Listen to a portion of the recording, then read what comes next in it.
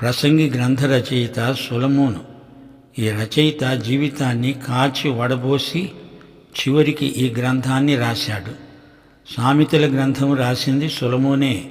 అయితే సామెతల గ్రంథానికి ప్రసంగి గ్రంథానికి ఎంతో తేడా కనిపిస్తోంది. సామెతల గ్రంథంలో సొలొమోను జ్ఞానం కనిపిస్తోంది. అయితే ప్రసంగి గ్రంథంలో అతని అవివేకం, అజ్ఞానం బట్టబయలైంది. ప్రసంగి గ్రంథం సొలొమోను ఆత్మకథ. ఇందులో ఎంతో నాటకీయత కానవస్తోంది. ఈ సందర్భంలో తాను దేవునికి ఎంతో దూరమైపోయి ఉన్నాడు. ప్రసంగి ఈ గ్రంథ శీర్షిక.